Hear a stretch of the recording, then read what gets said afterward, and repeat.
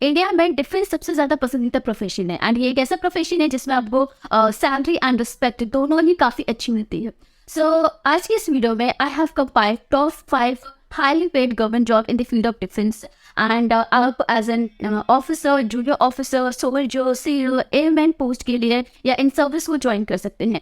सो ये जो top 5 job के बारे में बात करने वाले हैं जो कि डिफेंस फील्ड में होगा, इसमें सारे तो काफ़ी अच्छी हो गई, ये सारे ही लगभग आपके ऑफिसर्स पोस्ट की है एंड इसके बाद की भी पोस्ट है तो वो भी आपको यहाँ पे देखने को मिलेगा। तो नंबर 1 पे है India and naval academy. So may be आपने ये नाम सुना होगा, एनडीए के नाम से काफ़ी पॉपुलर है। So national defence academy and naval academy में बॉयज़ एंड गर्ल्स दोनों एलिजिबल हैं। सो पिछले साल ही एनडीए में गर्ल्स को अलाउ किया गया है, बट अभी भी नेवल अकेडमी में गर्ल्स एलिजिबल नहीं है, ठीक है। सो आप जो गर्ल्स हैं वो सिर्फ एनडीए के लिए अप्लाई कर सकते हैं, boys NDA and naval academy दोनों के लिए अप्लाई कर सकते हैं। सो तीनों ही विंग्स की वैकेंसी आती है यहाँ पे, army, navy and Indian air force और नेवल अकेडमी जो है।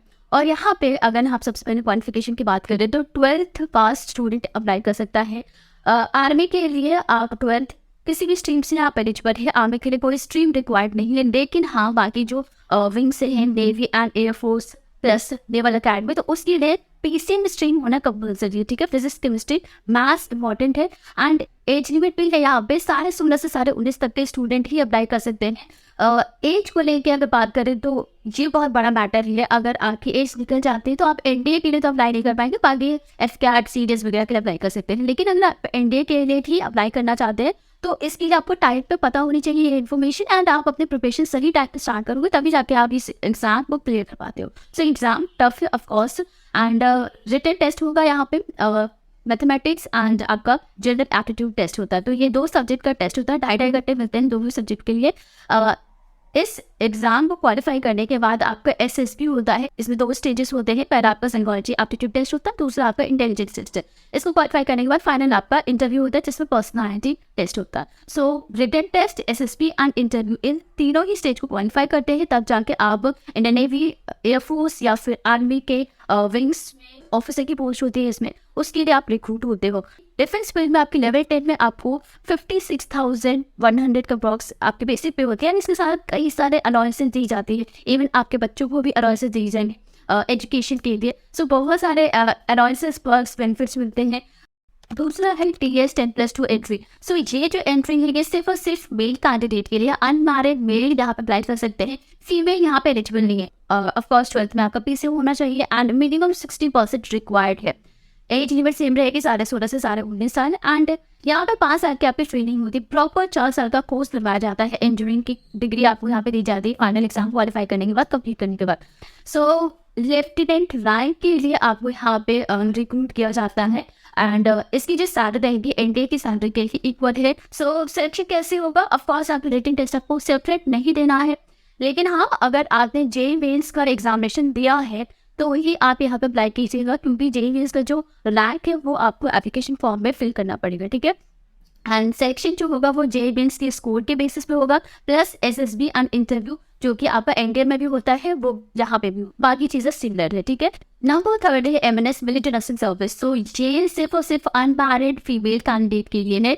तो अगर आप डिफेंस में जाना चाहते हैं लेकिन आपने 12th में बायो लिया है और आप सोच रहे हो नर्सिंग करने का, नर्सिंग में कहीं ना कहीं इंटरेस्ट है, डिफेंस में भी इंटरेस्ट है, तो आप इस फील्ड को ज्वाइन कर सकते हो। काफ़ी इंटरेस्टिंग फील्ड है, प्लस आपके पास रेप्यूटेशन है, रिस्पेक्ट मिलेगा, सारे काफ़ी अच्छी है। ऑफिसर का पोस्ट है यहाँ पे। सो आपको 12th में physics, chemistry, bio and English ये 4 सब्जेक्ट चूज करना है, तब जाके आप मिलिट्री नर्सिंग सर्विस ज्वाइन कर सकते हैं। एंड सेलेक्शन की बात आप करेंगे, लेकिन इस पर भी एक डेडिकेटेड वीडियो है जिसका लिंक तो मैं डिस्क्रिप्शन बॉक्स में ड्रॉप कर दूंगी, बहुत सारी डिटेल्स आप वहाँ से ले सकते हैं। तो सेलेक्शन के लिए सबसे पहले आपको नीट देना है, नीट में अच्छा स्कोर करना है, अच्छा स्कोर इन द सेंस आपको 400+ स्कोर करना है एंड इतना अगर आप ले आते हो तो आपकी कहीं ना कहीं मेरिट बन जाएगी, ठीक है। देन एमएनएस का खुद का एंट्रेंस भी होता है, जनरल इंटेलिजेंस, जनरल इंग्लिश, ये 2 टेस्ट आपको देने हैं, एमसीक्यू बेस्ड होगा ऑनलाइन एंड ये टेस्ट देने के बाद आपका पीएटी भी होगा, साइकोलॉजी असेसमेंट टेस्ट एंड उसके बाद इंटरव्यू एंड मेडिकल, ठीक है। ये पूरा प्रोसेस है सिलेक्शन का। सो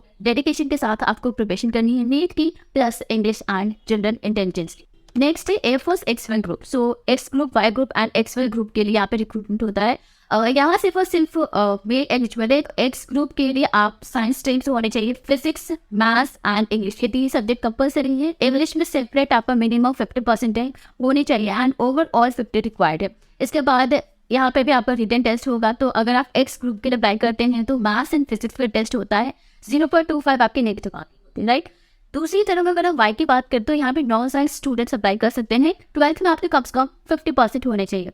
सो यहाँ पे आपका reasoning, general awareness and English का टेस्ट होता है। अगर आप एक्स एंड वाई दोनों के लिए अप्लाई करना चाहते हैं तो दोनों के लिए आप एलिजिबल है, लेकिन आपका साइंस बैकग्राउंड होना चाहिए। प्लस जो टेस्ट होगा उसमें physics, maths, English and reasoning, general awareness से क्वेश्चन होंगे। टोटल 100 क्वेश्चन पूछे जाएंगे, ठीक है। तो तीनों ही टेस्ट में आपकी नेगेटिव मार्किंग होगी 0.25।